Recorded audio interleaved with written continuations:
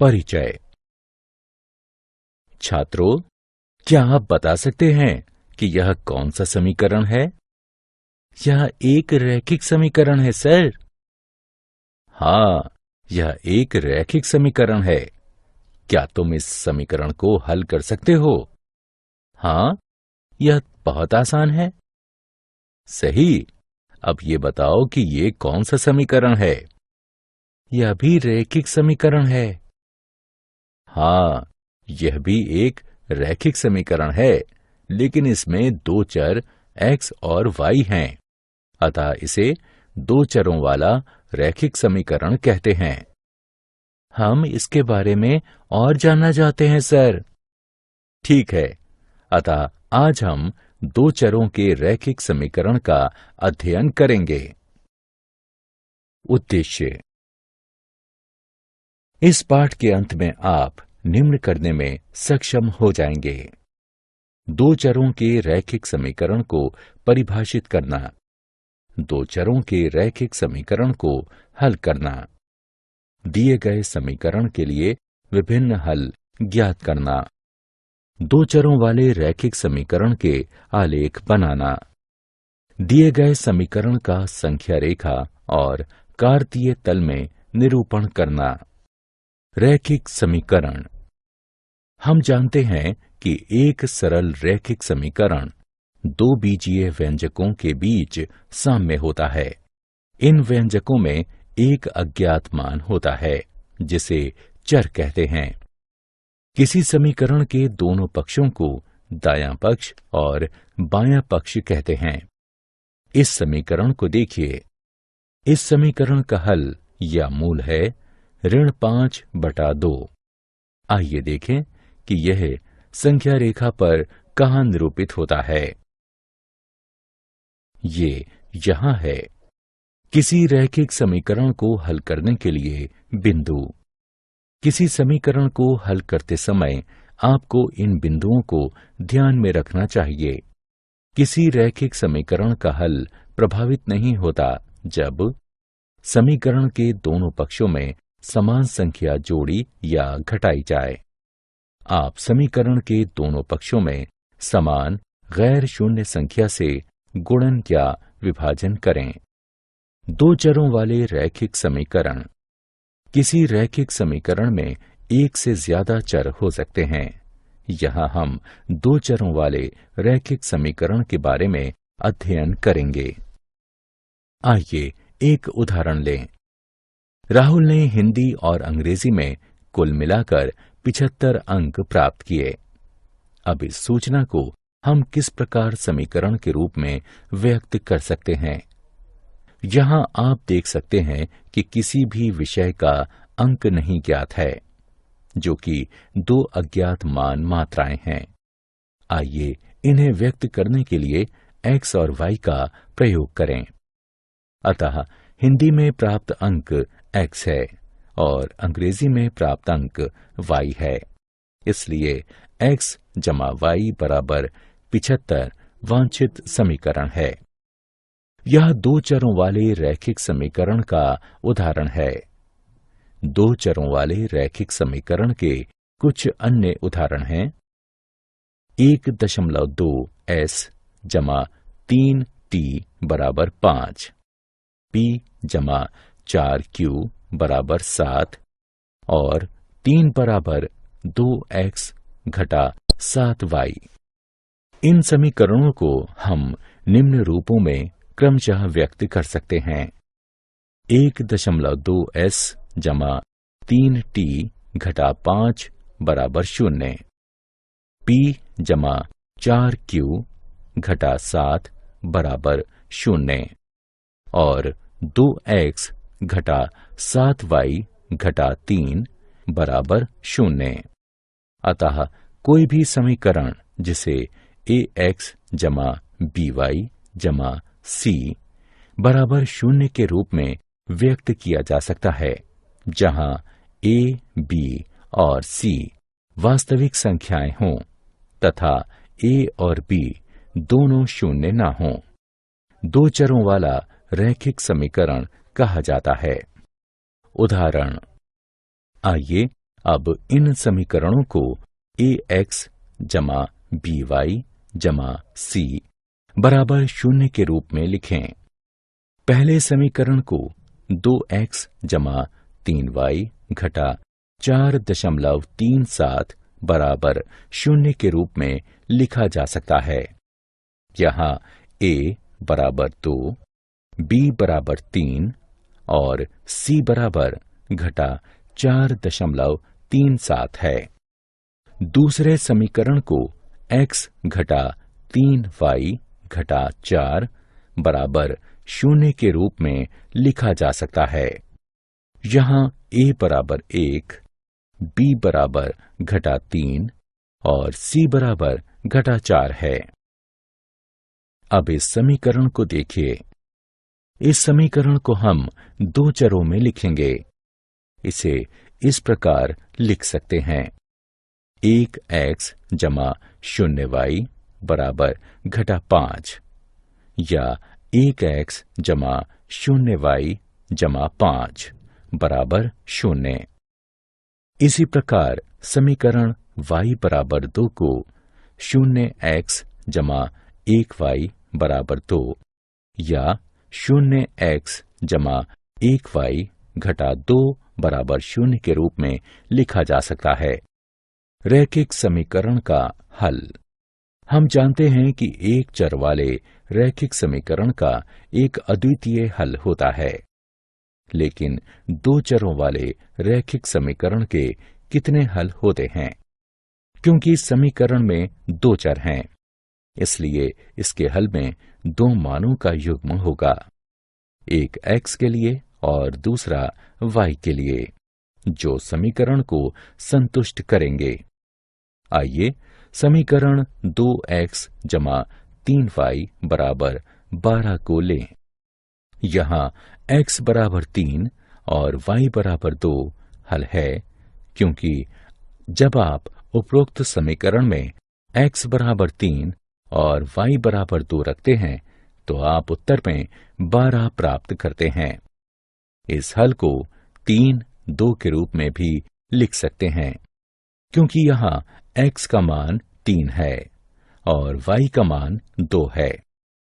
इसी प्रकार 0, 4 भी इस समीकरण के लिए एक हल है, क्योंकि जब आप समीकरण में x बराबर 0 और y बराबर 4 रखते हैं तो आप उत्तर के रूप में 12 प्राप्त करते हैं। हमने इस समीकरण के लिए कम से कम 2 हल प्राप्त कर लिए हैं। क्या हम और हल प्राप्त कर सकते हैं? क्या 6 शून्य भी इसी समीकरण का हल है? जी हाँ, 6 शून्य भी इसी समीकरण का हल है, क्योंकि जब हम समीकरण में x बराबर 6 और y बराबर 0 रखते हैं तो हमें उत्तर के रूप में 12 प्राप्त होता है। इसी प्रकार इस एक समीकरण के लिए अन्य कई हल प्राप्त किए जा सकते हैं और दो चरों वाले रैखिक समीकरण के विभिन्न हलों का कोई अंत नहीं है। इसलिए हम कह सकते हैं कि दो चरों वाले रैखिक समीकरण के अपरिमित रूप से अनेक हल होते हैं। उदाहरण, आइए अब इस समीकरण के लिए 4 विभिन्न हल प्राप्त करें। समीकरण को देखकर हम कह सकते हैं कि x बराबर 2, y बराबर 2 एक हल है, क्योंकि x बराबर 2, y बराबर 2 मान रखने पर हमें उत्तर में 6 प्राप्त होता है। आइए अब x बराबर 0 चुनें। x के इस मान के साथ दिया गया समीकरण 2y बराबर 6 हो जाता है और y बराबर 3 मान रखने पर हमें उत्तर में 6 प्राप्त होता है। इसी प्रकार y बराबर 0 लेने पर दिया गया समीकरण x बराबर 6 हो जाता है। इसलिए x बराबर 6, y बराबर 0 भी इस समीकरण का एक हल है। और चौथे हल के लिए आइए y बराबर 1 मान लें।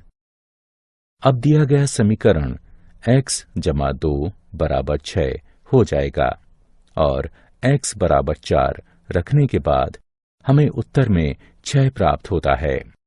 इसलिए x बराबर 4 भी दिए गए समीकरण का एक हल है।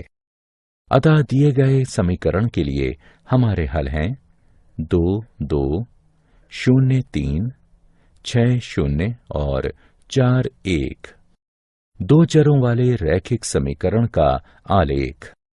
आइए अब दो चरों वाले रैखिक समीकरण के ज्यामितीय निरूपण को देखें। इस सारणी को देखें। इस दिए गए समीकरण का हल इस सारणी के रूप में दिया गया है। ये x के मान हैं और ये y के मान हैं। आइए अब इन बिंदुओं को आलेख कागज यानी ग्राफ पेपर पर आलेखित करें। आइए पहले x बराबर 0 और y बराबर 3 मान लें। यह वह बिंदु है जिसे हमने प्राप्त किया है।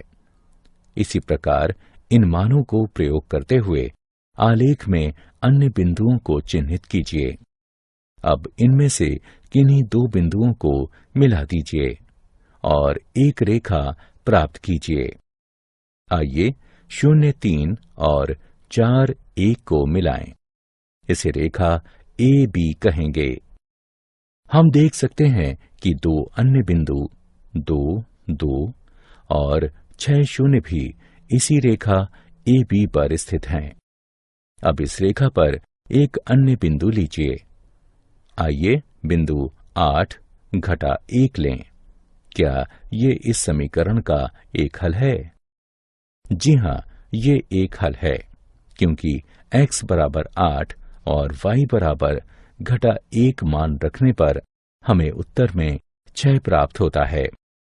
इसलिए 8 घटा 1 एक हल है। दो चरों वाले रैखिक समीकरण का आलेख 2।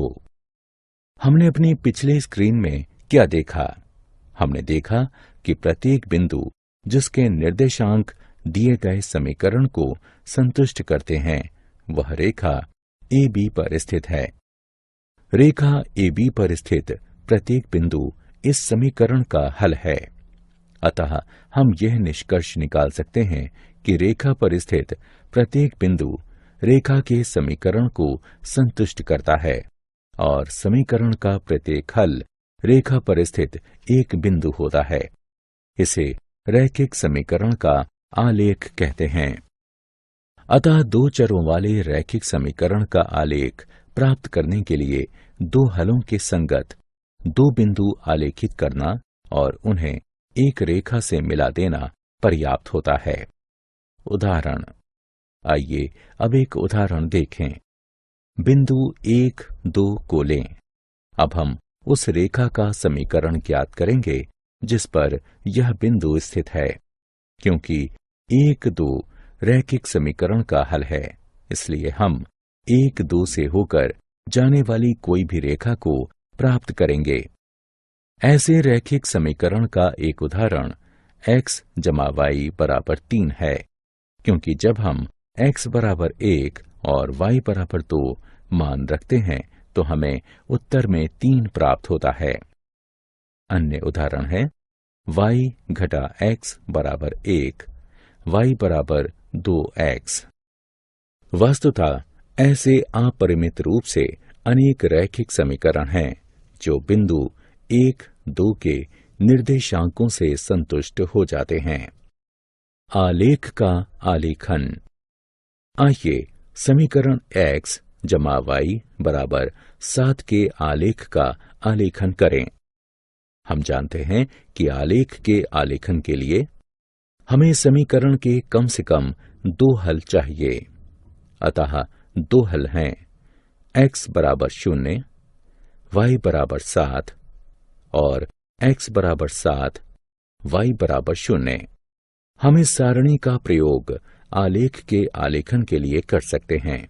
ये x के मान हैं और ये y के मान हैं। x बराबर 0 और y बराबर 7 मान के लिए बिंदु ये हैं और x बराबर 7 और y बराबर 0 मान के लिए बिंदु ये हैं। अब इन दोनों बिंदुओं को मिला दीजिए। यह दिए गए समीकरण का वांछित आलेख है। एक्स अक्ष और वाई अक्ष के समांतर रेखा का समीकरण। अब एक प्रश्न का उत्तर दीजिए। किसी प्राकृतिक संख्या n के लिए बिंदु 2 0 घटा 3 0 4 0 और n 0 कार्तीय तल में कहाँ स्थित होते हैं? हाँ, ये सभी x अक्ष पर स्थित हैं। लेकिन आप जानते हैं कि ऐसा क्यों है? क्योंकि x अक्ष पर सभी बिंदुओं के y निर्देशांक 0 हैं। वस्तुतः x अक्ष पर स्थित प्रत्येक बिंदु x 0 के रूप में होता है। अतः x अक्ष का समीकरण y बराबर 0 के रूप में व्यक्त किया जाता है। इसी प्रकार y अक्ष का समीकरण x बराबर 0 के रूप में व्यक्त किया जाता है। उदाहरण, आइए अब इस समीकरण को हल करें और हल को संख्या रेखा और कार्तीय तल पर निरूपित करें। समीकरण को 2x घटा x बराबर घटा 3 घटा 1 के रूप में भी लिखा जा सकता है। इसे हल करने पर हमें x बराबर घटा 4 प्राप्त होता है। इसे हम समीकरण 1 से चिन्हित करेंगे। आइए अब देखें कि यह संख्या रेखा पर कहाँ स्थित है। ये यहाँ पर स्थित है। अब हम जानते हैं कि x बराबर घटा 4 को निम्न प्रकार से लिखा जा सकता है।